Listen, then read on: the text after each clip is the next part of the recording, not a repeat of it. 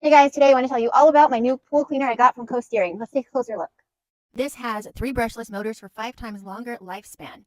This cleans the whole pool, including the bottom walls and waterline on a single charge for pools up to 3,000 square feet.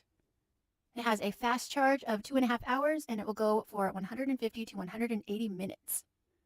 It cleans 93 gallons per minute.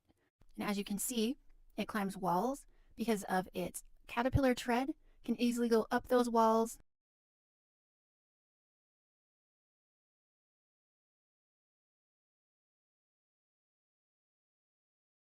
I am super impressed with how this runs and how it works.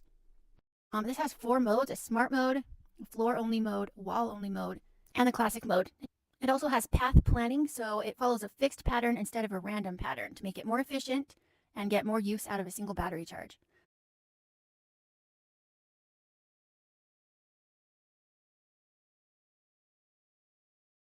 So I just got this out of the pool, and then you just open that, you empty the filter, pull it out, and oh, you can see it got a lot of stuff.